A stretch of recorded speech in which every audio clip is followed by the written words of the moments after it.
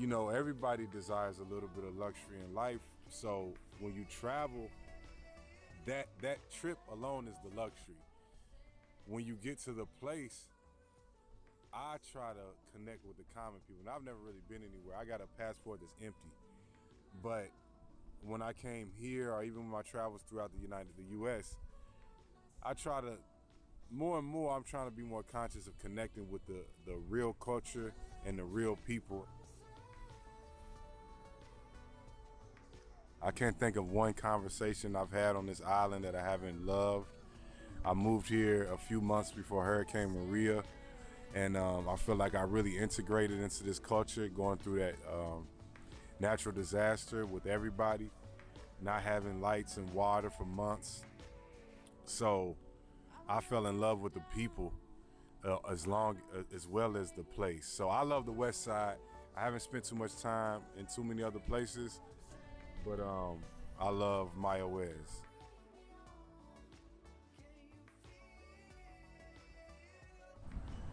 And I bring my children here every day. This is like our living room. Get them out of the house. I also love every beach that I've been to. So I think what traveling does is it's a supernatural experience, because if you think about 2,000 years ago, man, we couldn't even do this with this technology. They've had boats for a very long time. But I believe not the common man was traveling. I'm just a common man. And the fact that I could spend a couple $100s and almost go anywhere on the planet is a great luxury. I think that's the beauty of traveling. It automatically puts you in a different space on the planet. And if you can let your mind absolve into the place that you're at, you can really, I believe it's transformative.